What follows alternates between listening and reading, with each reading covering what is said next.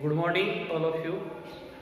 अब आपकी जो क्लास नेक्स्ट क्लास एक क्लास हो गई थी पीछे, अब नेक्स्ट जो क्लास है उसमें उससे आगे का पार्ट जो है वो लेते हैं। और आप बिल्कुल, मैं ऐसी अपेक्षा करता हूँ, ऐसा आपसे मैं सोचता हूँ कि आप आराम से अच्छे से ध्यान से पढ़ते होंगे और अच्छे तरीके से तैयारी कर रहे होंगे घर पर बैठ करके। और चलो अब हम आगे नेक्स्ट जो टॉपिक है उस पर कंसंट्रेट करते हैं। हमने कल जो देखा था वो आयोडोफॉर्म अभिक्रिया जो थी वो देख ली थी। उसमें मैं आपको एक छोटा सा जो है समझने के लिए, आपको अंडरस्टैंडिंग के लिए अच्छे से थोड़ा सुधार हो जाए, इसके लिए थोड़ा सा छोटा सा एक रिएक्शंस है वो आपको बता देता हूँ। स्टेप 2 जो ले रहे थे हम पिछले हेलोफॉर्म अभिक्रिया में, उसमें हमने देखा था कि स्टेप 2 में CH3CHO एथेनॉल ले रहे थे और उसके रिएक्शंस जो है वो NaOI से करवा रहे थे। वहां पर मैं आपको यहाँ पर 2 लेकर के फिर एक आगे लेकर के हाफ I2 एंड NaOH जो लेकर हटवा रहा था, उसके लिए मैं आपको शॉर्ट में बताता हूँ। उस एक स्टेप में आप थोड़ा सा ध्यान दे लें। कोई दिक्कत आपको हो तो फिर आप कमेंट्स में किसी भी प्रकार की प्रॉब्लम होने पर आप पूछ सकते हो। चलो आगे हम इसमें देखते हैं NaOI के साथ इसकी रिएक्शन करवाते हैं। तो फर्स्ट स्टेप में ये है। फर्स्ट स्टेप में तो हमने जो आपने देखा था प्रीवियस वीडियो में, पिछले वीडियो में आप देख चुके हो कि हम जो पहली स्टेप थी वो ले रहे थे NaOH प्लस I2 और ये दो मोल रिएक्शन कर रहा था और ये NaOI plus NaI plus H2O बन रहा था। वहां पर मैं थोड़ा सा सुधार कर रहा हूँ, आप थोड़ा उसे रखें तो और बेटर रहेगा। बाकी बात एक ही है, अंतर नहीं है, डिफरेंस नहीं है, कोई भी बात एक ही है। आप थोड़ा सा उसमें करेक्शन करके और आप अपनी समझ को और अच्छे से बढ़ा सकते हो। आप देखोगे बात वही है। अब इसमें आप एक ही स्टेप में कर लोगे, NaOH प्लस हाफ I2 बनाने की जरूरत नहीं पड़ेगी आपको। इसमें एक में ही, मतलब एक मोल में ही रिएक्शन हो जाएगी, एक मोल में ही रिएक्शन हो जाएगी। आगे की रिएक्शंस दोनों मैं आपको फास्टली बताऊंगा। तो ये CH3CHO ये बन जाएगा प्लस NaI प्लस H2O। एक ही स्टेप में ले लीजिए ना आप, क्योंकि मैं आपको पहले NaOH बता रहा था, हाफ I2 जो है वो आ रहा था, तो वो दोनों मिलाकर के ये तो बनता वापस, तो दोनों तरफ से हटा दो, काट दो इसे। आप सीधी स्टेप ले लीजिए ये इस प्रकार से। और दूसरे शब्दों में मैं आपको बता दूं कि ये NaI तो निकल ही जाता है और ये जो ऑक्सीजन है ये है इन दोनों हाइड्रोजन के साथ, 2 हाइड्रोजन लेकर के H2O के रूप में रिमूव हो जाता है, अर्थात इसका ऑक्सीकरण कर देता है। तो आप इस चीज को अच्छे से अंडरस्टैंड कर रहे होंगे, समझ रहे होंगे, ऐसा मैं आपसे अपेक्षा करता हूँ। चलो बढ़ते हैं आगे। इस प्रकार से आपने देखा था, उसके बाद तो हमने सीधी रिएक्शंस ली थी CH3CHO और इसकी रिएक्शन हमने करवाई थी प्लस 3NaOI और उसके बाद हमने CI3, एक बार फास्टली लिख देता हूँ मैं, CI3CHO ये बना रहे थे प्लस, उसके बाद ये इसका सब्स्टिट्यूशन हो रहा था, 3NaOH ले रहे थे और इसके बाद आप नेक्स्ट ले रहे थे CI3CHO प्लस NaOH, ये कंज्यूम हो रहा था यहाँ पर, और इससे आप CHI3 प्राप्त कर रहे थे plus HCOO minus Na, sodium format जो वो निकल रहा था। इन टोटल रिएक्शंस को आपने जोड़कर फुल रिएक्शंस जो है वो प्राप्त की थी। इसमें आपने देखा था कि NaOH जो है वो कितना क्या कंज्यूम हो रहा है, जितने NaOI है, 4 NaOI है तो 4 दूनी 8 NaOH जो वो काम में आ रहे थे, 8 और 1 9 में से अब आप देख लीजिए आगे कितना बन रहा है, 3 बन रहे हैं, तो 6 NaOH जो हैं वो काम में आ रहे थे। CH3CH2OH एथेनॉल लिया था आपने, आप वीडियो एक फास्ट चल रहा है तो उसे अपलोड करके दोबारा अच्छे से समझ सकते हो। अब इसमें हमने अभी NaOH काउंट किए हैं, ये जितने हैं NaOI उससे जस्ट डबल, 4 तो 4 दूनी 8, 8 और 1 9 में से आगे बन गए वो काट दो, तो आपके कितने आ गए 4 तो I2 आ गए और 6 NaOH आ गए, जो आपको मैंने पहले ही बता दिया था। 6 NaOH आ जाते, I2 4 आएंगे, क्योंकि ये जितने काम में आए 4 काम में आएंगे, तो 4 के I2 काम में लिए गए हैं और NaOH जो वो अच्छा है। और इस प्रकार से टोटल रिएक्शंस कल भी बता चुका था, हम आपको ये करवाते हैं। तो हमारे पास CHI3 plus HCOO minus Na plus, ये आपको मैं पहले ही बता चुका हूँ, और प्लस Na प्लस H2, ये आप हमने 5 ले लिए थे और इस प्रकार से हमने रिएक्शन बैलेंस रिएक्शन प्राप्त कर ली थी, दोनों तरफ जो थे वो काट लिए थे। आप इससे एक बार और दोबारा देख लेंगे तो इस स्टेप में आपको किसी प्रकार का कंफ्यूजन नहीं रहेगा। बात एक ही थी, मैंने जो आपको बताया था पीछे, उसमें हम 2 ले लेते हैं तो NaOH प्लस हाफ I2 बन जाता है, NaOH प्लस हाफ I2 बन जाता है। तो वह NaOH और हाफ I2 जो है ना, वह क्या कर देगा, दूसरी तरफ वाले एक को काट देगा। तो एक साथ भी हम इसे ले सकते हैं और आप आगे बढ़ते जाइए। किसी प्रकार की प्रॉब्लम हो तो आप कमेंट्स में मुझे बता दीजिए। चलो अब आगे बढ़ते हैं। ये मेथड ऑफ फॉर्मेशन थी इसकी। उसके बाद हमने नेक्स्ट इससे किस प्रकार से कैसे इनके जो फिजिकल प्रॉपर्टीज हैं वो हमने देखी थी। फिजिकल प्रॉपर्टीज में मैं आपको बता चुका था, फिजिकल प्रॉपर्टीज में मैं आपको बताया था, मैंने आपको बताया था ये अनस्टेबल है, ये है अनस्टेबल है। अनस्टेबल है तो क्या करेगा, देन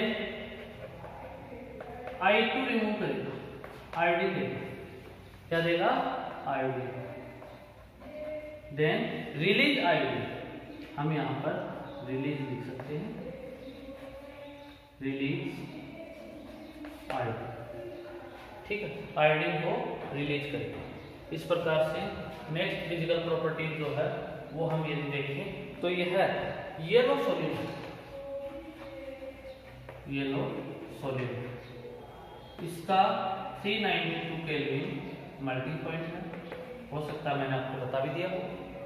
और उसके बाद नेक्स्ट जो है वह है यह सोलुबल, जो है वाटर सोलुबल ना हो करके, और यह है इसकी सोलबिलिटी जो है वह है इसमें पाई जाती है, सोलबिलिटी जो है इसकी वह है आपके जनरली ऑर्गेनिक सॉल्वेंट में पाई जाती है, ऑर्गेनिक सॉल्वेंट, ठीक। अब हम फिजिकल प्रॉपर्टीज के बारे में हमने ये देख लिया था। अनस्टेबल है इसलिए I2 रिमूव करता रहता है। नेक्स्ट केमिकल प्रॉपर्टीज,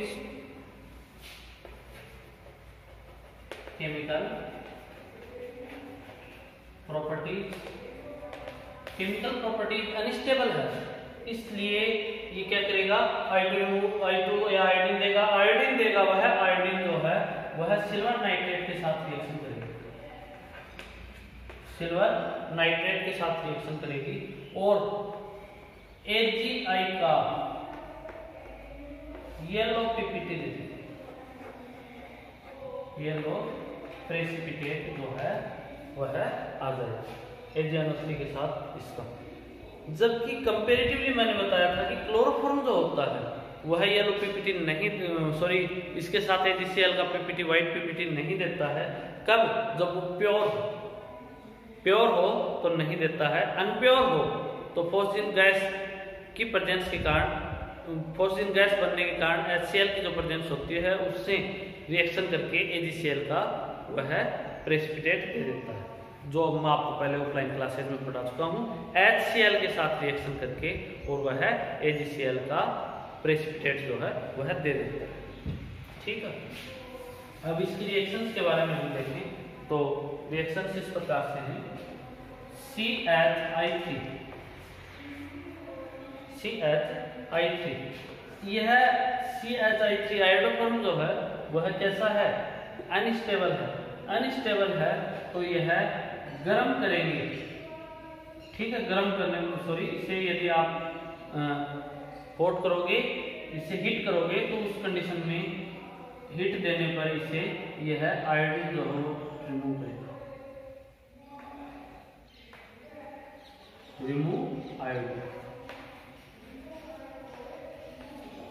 आयोडीन जो है वो रिमूव करेगा। आगे इसकी रिएक्शंस देखते हैं। यदि हम सिल्वर पाउडर के साथ इसकी रिएक्शन करवाते हैं, सिल्वर पाउडर के साथ इसकी रिएक्शन करवाते हैं तो यह एसिटिलीन गैस देता है,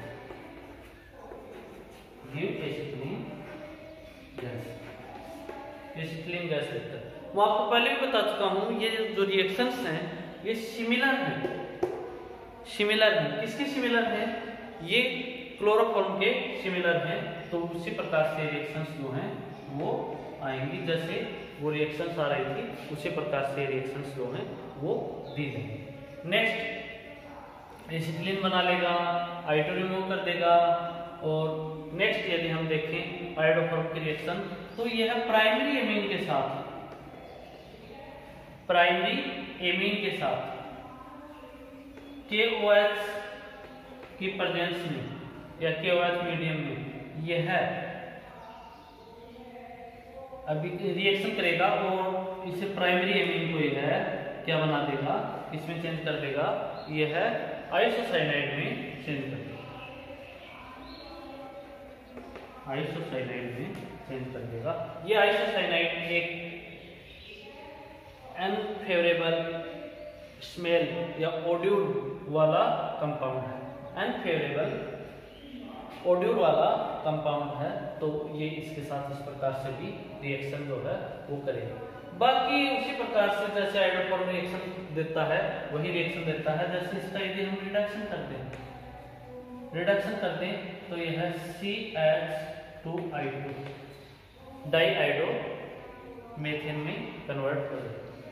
इसी प्रकार से यदि हम ये करवाने के लिए हम आयरन एंड H2 जो है Fe एंड H2 हम रिड्यूसिंग एजेंट जो है वो ले सकते हैं। इसी प्रकार से आयोडोफॉर्म की जो रिएक्शंस हैं वो यदि हम इसका हाइड्रोलाइसिस करते हैं एक्वाटिक KOH के प्रेजेंस में हाइड्रोलाइसिस करते हैं तो यह फॉर्मिक एसिड देता है, यह फॉर्मिक एसिड जो है वह देता है यदि हम आयोडोफॉर्म जो है उसे एक्वाटिक KOH से इस प्रकार से करवाते हैं। अब यदि हम इसकी रिएक्शंस जो है वह है आगे इस प्रकार से करवाएंगे और आपने मैंने जो रिएक्शंस जो थी आइसोसाइनाइड बन रहा था, आयोडो रिमूव हो रही थी, इस प्रकार से आपने देखा। तो ये रिएक्शंस जो हैं वो मेनली रिएक्शन आयोडोफॉर्म जो रिएक्शन देता है वो क्लोरोफॉर्म की बात ही होती है, उसके सिमिलर ही होती हैं। तो उसके सिमिलर रिएक्शन है, बाकी जो रिएक्शंस हैं वो भी आप देख सकते हो। और इस प्रकार से कैराइमोटिमान रिएक्शंस वगैरह जो हैं वो जो क्लोरोफॉर्म देता है बाकी रिएक्शंस वही हैं। आगे बढ़ते हैं। नेक्स्ट हम लेते हैं carbon tetrachloride CCl।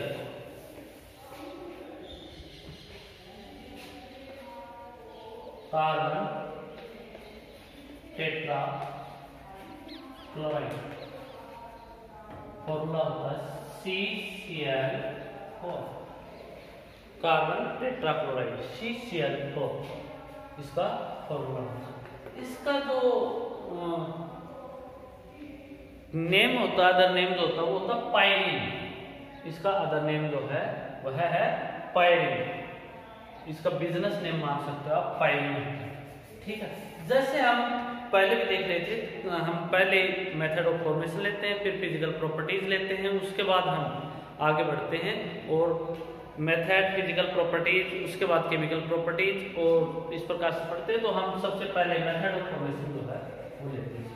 Method of formation, method of formation, method of formation जो है उसमें हम पहले मेथड लेते हैं बाय क्लोरीनेशन ऑफ क्लोरोफॉर्म। ध्यान से देखते जाइए, एक एक रिएक्शन जहां पर भी दिक्कत हो वहां पर पूछिए। By chlorination of chloroform, chloroform का फॉर्मूला है ClCl3। इसका हम क्लोरीनेशन करवाते हैं किससे? Cl2 से। कैसे होगा? Presence of sunlight, presence of sunlight. तो यह हो जाएगा CCl4 प्लस HCl। ये मेथड है इसकी, कार्बन टेट्राक्लोराइड जो है उसके फॉर्मेशन की मेथड है। इस प्रकार से हम इसे बना सकते हैं। Next to second method, carbon disulphide से from carbon disulphide, carbon disulphide, carbon disulphide. इससे इस प्रकार से बनाएंगे, हम इसे लिख सकते हैं from carbon disulphide, from carbon disulphide. इससे हम इस प्रकार से बनाएंगे, कार्बन डाइसल्फाइड का फॉर्मूला CH2।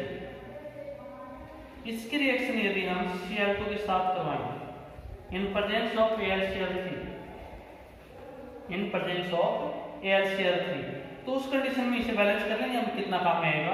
उस कंडीशन में CCl4 बनता है प्लस H2Cl2 बन जाता है। अब आप देख सकते हो क्लोरीन आगे 6 यूज हुए हैं, पीछे हम यहाँ पर 3 रखेंगे, 3 दूनी 6, 3 to the 6। इस प्रकार से हम इसे बैलेंस कर लेंगे। आगे यदि हम देखें इसमें, तो जो हमारे पास दोबारा आगे रिएक्शन हो जाएगी, H2Cl2 है वह भी कार्बन डाइसल्फाइड के साथ रिएक्शन करेगा। H2Cl2 प्रेजेंस यही रहेगी AlCl3, और यह बना लेगा CCl4 प्लस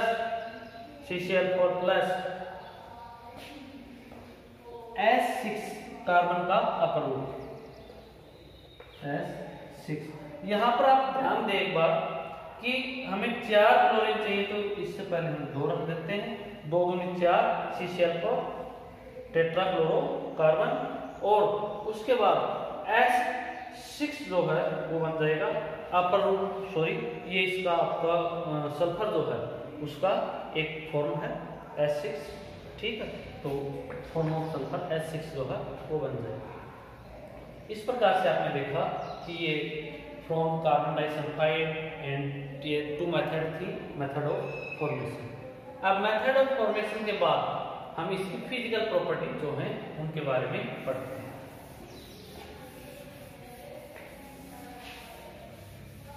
फिजिकल प्रॉपर्टी इसकी carbon tetrachloride, physical properties of carbon tetrachloride.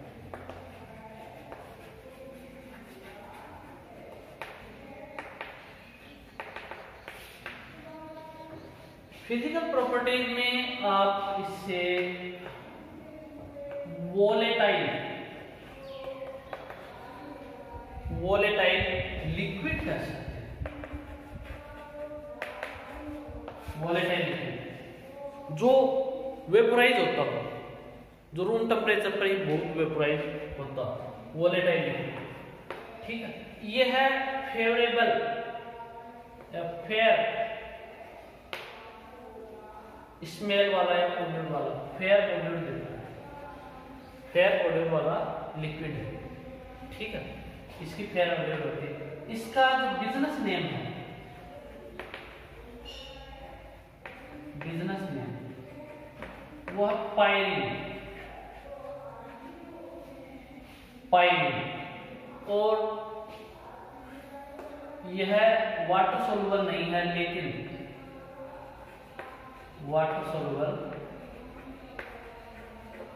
नहीं है, लेकिन यह है benzene and ether, like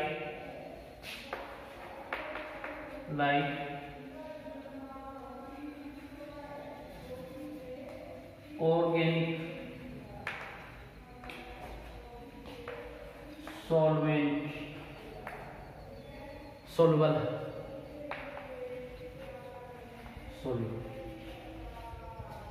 but soluble in benzene and ether like organic solvent, ठीक है। आप इसे ले सकते हो, मैं शॉर्ट में लिख रहा हूँ, आप इसकी यदि लैंग्वेज बनाना चाहो, लिख कर रखना चाहो, नोट्स बनाना चाहो, तो आप इसे लैंग्वेज दे करके लिख सकते हो। आप लिख सकते हो but soluble in benzene and ether like organic solvent. Next आगे बढ़ते हैं। वाटर सोल्यूबल नहीं है, ये इस प्रकार से सोल्यूबल है। ये जो CCl4 है ये as use as fire prevent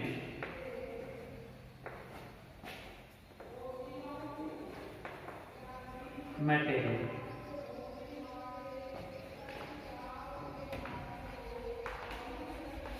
use as fire prevent material, क्योंकि यह है इसका ये रीजन ये है कि यह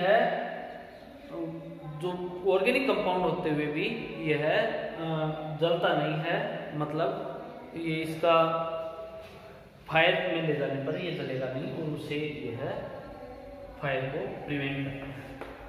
इस प्रकार से इसकी फिजिकल प्रॉपर्टीज जो है वो पूरी हुई। नेक्स्ट हेडिंग रखते हैं chemical properties. Chemical properties, chemical properties, chemical properties जो है वो देखेंगे हम इसकी। केमिकल प्रॉपर्टीज में इसकी रिएक्शंस देखेंगे, CCl रिएक्शंस जो है वो देखेंगे। रिएक्शंस यदि हम देखें इसकी तो यह F के साथ SbCl5 के प्रेजेंस में रिएक्शन करेगा और फ्रेऑन बनाएगा Cl2Cl, Cl2Cl फ्रेऑन। मैं आपको ऑफलाइन क्लासेज में बता चुका हूँ फ्रेऑन का नोमेनक्लेचर, इसे फ्रेऑन 12 कहेंगे। इसके लिए आपको नोमेनक्लेचर में मैंने आपको बताया था, यहाँ पर थोड़ा सा मैं जगह में आपको बताता हूँ कि किस प्रकार से फ्रेऑन 12 जो है उसका नोमेनक्लेचर मैंने आपको बताया था। फ्रेऑन 12 जो है वो क्यों कहा गया इसे आप देखोगे।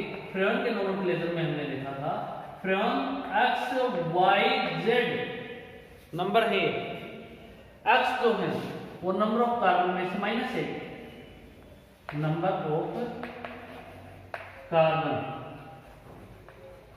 -1, Y जो है वो number of hydrogen, number of hydrogen +1, और Z जो है वह number of fluorine atom, fluorine atom. तो हम इसे फ्रेऑन 12 कहेंगे। कार्बन 1 है इसलिए 1 में से 1 निकाल देंगे, 1 - 1 रिमेन 0। F2 फ्लोरीन हाइड्रोजन 0 है, 0 + 1, then we take 1 and chlorine जो है वह इसका नंबर नहीं लेंगे, लास्ट जो है वो फ्लोरीन लेंगे। तो नंबर ऑफ फ्लोरीन Z तो वो 2 है, तो वो हमने रख दिया फ्रेऑन 12, इसका नाम जो है वो रख दिया। अब नेक्स्ट यदि हम इसका एक्वाटिक KOH की प्रेजेंस में हाइड्रोलाइसिस करते हैं तो यह चेंज हो जाता है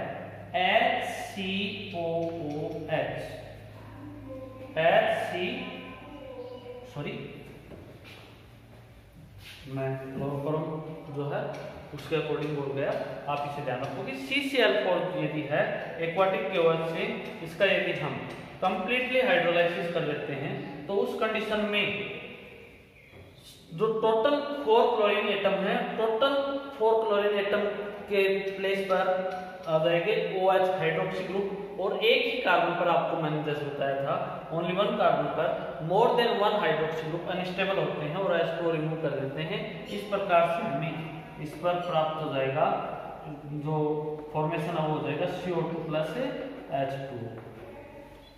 CO2 जो है वह बनेगी, इसका रिएक्शन करते हैं तो CO2 H2 तो हमने लिया ही था इसलिए करते हैं दोनों तरफ CO2 एंड HCl,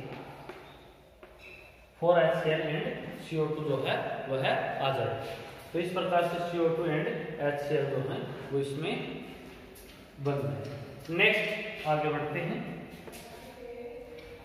हैं तो उस कंडीशन में हम नेक्स्ट इसमें एक्वाटिक KOH से करवाया तो CO2 एंड HCl और हम ये रिएक्शंस देख चुके थे। नेक्स्ट यदि हम देखें इसे 775 केल्विन टेम्परेचर पर यदि हम इसका हाइड्रोलाइसिस करते हैं तो उस कंडीशन में porcine gas COCl2 plus HCl जो है वो बन जाएगी। COCl2 प्लस HCl जो है वह बन जाएगी। नेक्स्ट यदि हम अनसैचुरेशन के ऊपर CH2 double bond CH unsaturation के ऊपर ये रिएक्शन करवाएंगे तो CCl3 एक तरफ जुड़ जाएगा, CH2 CH Cl CH3 इसका एडिशन हो जाएगा। नेक्स्ट यदि हम इसकी राइमर-टिमान रिएक्शन देखें, RT राइमर-टिमान रिएक्शन क्या थी, फिनॉल के साथ रिएक्शन। तो आप उस कंडीशन में देखोगे कि सैलिसिलिक एसिड बनेगा, OH सैलिसिलिक एसिड, यह है सैलिसिलिक एसिड जो है वह देगा यदि हम इसे राइमर-टिमान रिएक्शन जो हो इसकी वो करवाएं। इस प्रकार से आपने जनरली देखा। इसका रिडक्शन कर देते हैं यदि हम 2H रिडक्शन कर दें वही उसी प्रकार से FeNH2O से तो हमें क्लोरोफॉर्म भी प्राप्त हो जाएगा, जो हम मेथड ऑफ फॉर्मेशन में पहले भी देख चुके हैं। क्लोरोफॉर्म जो है वो बन जाएगा प्लस H। इस प्रकार से आप इसका स्क्रीनशॉट ले सकते हो, अच्छे से समझ सकते हो कि ये रिएक्शंस जो हैं वो ये देगा और क्लोरोफॉर्म बनाने में काम में आएगा, सैलिसिलिक एसिड बनाने में काम में आएगा, फ्रेगन बनाने में काम में आता है, यूजफुल है और प्रिवेंट ऑफ फायर मटेरियल के रूप में भी यह है काम में आता है और ड्राई क्लीन वगैरह में भी इसे काम में लेते हैं।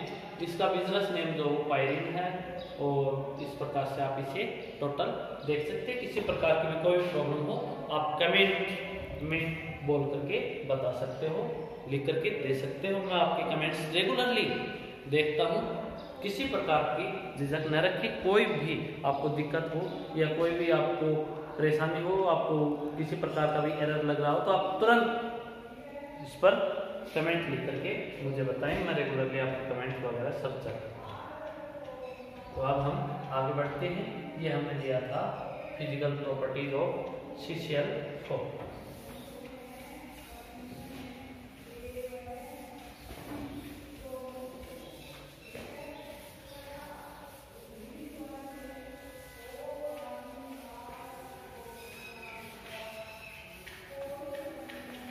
इसी के साथ ही हमने देखा ये पॉलीहेलोजन कंपाउंड जो हैं वो अपने सिलेबस में जितने थे वो हो गए हैं यहाँ पर।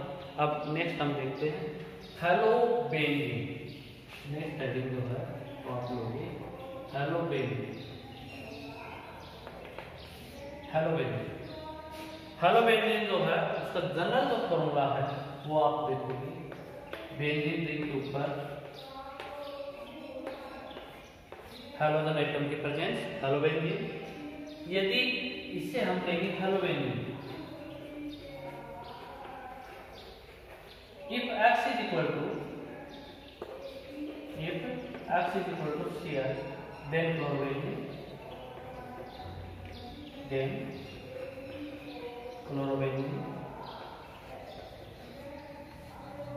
X is equal to Br then bromobenzene, X is equal to I then iodobenzene, X is equal to F then fluorobenzene,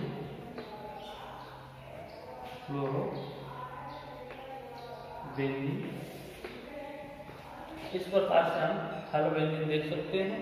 ये हेलोएरिन भी कहलाता है। हेलोएरिन, एरिन यहाँ पर एरिन का एग्जाम्पल है बेंजीन। आगे बढ़ते हैं। इसमें हम देखते हैं nature of CH bond.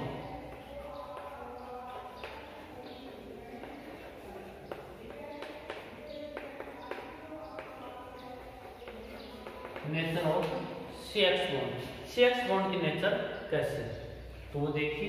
CH bond जो है उसकी नेचर जो है वो कैसी है तो आप इसमें यदि बॉन्ड लेंथ देखोगे इसकी तो बॉन्ड लेंथ जो है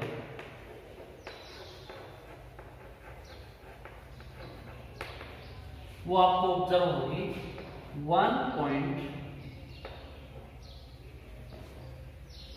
जनरली सिंगल बॉन्ड की 1.77 होती है, जबकि इसकी 1.60 जो है वो आपको बॉन्ड लेंथ ऑब्जर्व होगी 1.60। इसी प्रकार से इसमें यदि हम देखें तो इसका रीजन क्या है, इसका रीजन जो है वो ये है कि जो बेंजीन है, बेंजीन रिंग है, उसके ऊपर हमने हैलोजन एटम जोड़ा, हैलोजन पर लोन पेयर की प्रेजेंस होती है। ये लोन पेयर जो है वो थ्रू रेजोनेंस के थ्रू और ये बेंजीन रिंग में चले जाते हैं और आप इसकी रेजोनेटिंग स्ट्रक्चर बनाओगे तो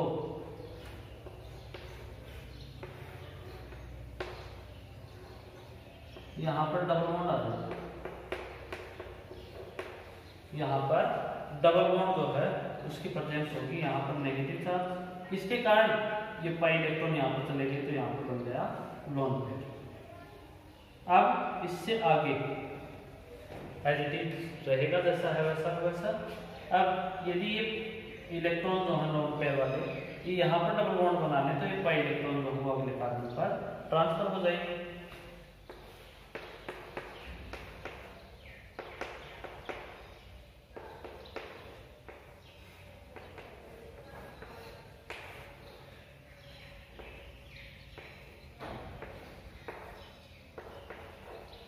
नेगेटिव चार्ज, नेक्स्ट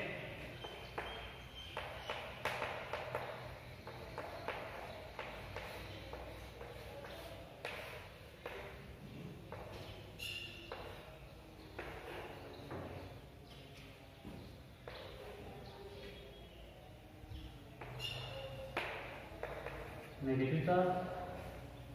आपको मैंने रेजोनेटिंग स्ट्रक्चर जो है वो पूरी तरीके से अच्छे से क्लासरूम में ऑफलाइन क्लासेज में आपको बिल्कुल अच्छे से बनानी वो बता दी, किस प्रकार से आपका जो एरो है उसका नोक है वो पॉइंट टू पॉइंट होनी चाहिए और इसकी प्रैक्टिस में आपको करवा चुका हूँ खूब अच्छे से। इसका आंसर मैं इसे फास्टली ले रहा हूँ और लास्ट रेजोनेटिंग स्ट्रक्चर जो है वह ये होगी और इस प्रकार से आप देखोगे कि वापस हैलोजन एटम जो है वह न्यूट्रल हो जाता है और इसमें डबल बॉन्ड जो है वो इस प्रकार से आ जाते हैं। फर्स्ट की कंपेयर में जो फिफ्थ है उसमें केकुले रेजोनेंस है, फर्स्ट की कंपेयर में फिफ्थ जो है उसमें केकुले रेजोनेंस है। रेजोनेटिंग हाइब्रिड में हम देखेंगे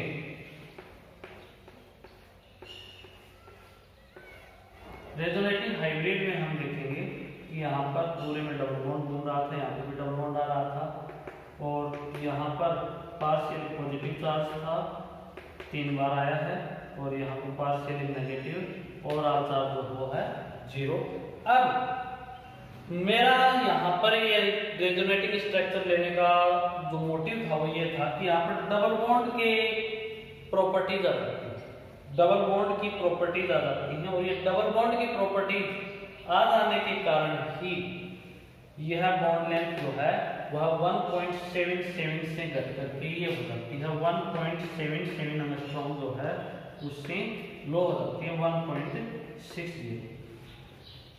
1.60 हो जाती है। ये मैं आपको बता रहा था कि ये एंगस्ट्रॉम में 1.60 एंगस्ट्रॉम जो है वो ये एंगस्ट्रॉम का चिन्ह है, ए के ऊपर छोटा पॉइंट लगा देते हैं, जो बिंदु है वो लगा देते हैं, 0 लगा देते हैं तो वो एंगस्ट्रॉम। तो ये जो सिंगल बॉन्ड के लिए सिंगल बॉन्ड की बॉन्ड लेंथ है और ये जो है वो पार्शियली डबल बॉन्ड आ जाने के कारण बॉन्ड लेंथ जो है वो कम हो जाती है। तो मैं यहाँ पर आपको बता रहा हूँ कि इसके ऊपर कार्बन जो है CH बॉन्ड जो है इसमें डबल बॉन्ड की नेचर आ जाने के कारण इसमें जो बॉन्ड लेंथ है वह कुछ डिक्रीज हो जाती है, डिक्रीज होकर के 1.60 एंगस्ट्रॉम रह जाती है। ये रेजोनेटिंग स्ट्रक्चर है। बिल्कुल आप इसे ध्यान से देखें और इस चीज को समझें। मैं आपको हेलोबेंजीन पढ़ा रहा हूँ, हेलोबेंजीन के मैंने एग्जांपल ले लिए थे, उसके बाद मैं आपको नेचर ऑफ CH बॉन्ड बता रहा हूँ। तो इसमें बॉन्ड लेंथ जो है वह है ये इतनी QI कम क्यों लिखी जबकि सिंगल बॉन्ड की तो 1.77 एंगस्ट्रॉम होती है। तो उसके लिए मैंने आपको बताया कि रेजोनेटिंग स्ट्रक्चर बनाइए आप। रेजोनेटिंग स्ट्रक्चर बनाने के बाद रेजोनेटिंग हाइब्रिड बनाइए। रेजोनेटिंग हाइब्रिड बनाइए। रेजोनेटिंग हाइब्रिड बनाओगे आप वही एक्चुअल स्ट्रक्चर ऑफ कंपाउंड होती है। रेजोनेटिंग हाइब्रिड जो आप बनाओगे वही एक्चुअल स्ट्रक्चर ऑफ कंपाउंड होती है। तो एक्चुअल स्ट्रक्चर ऑफ कंपाउंड में आपने देखा कि नेचर ऑफ डबल बॉन्ड आ गई और नेचर ऑफ डबल बॉन्ड आ गई तो वह उसमें कुछ प्रॉपर्टीज आ गई डबल बॉन्ड की। तो इस रीजन के कारण यह बॉन्ड लेंथ जो है वो 1.77 से डिक्रीज होकर के 1.60 जो है वह रह गई। और इस कारण से इस रीजन के कारण आपको इस रीजन के अकॉर्डिंग मैं आपको बता रहा हूँ कि इसमें बॉन्ड लेंथ जो है वो कम हो गई है।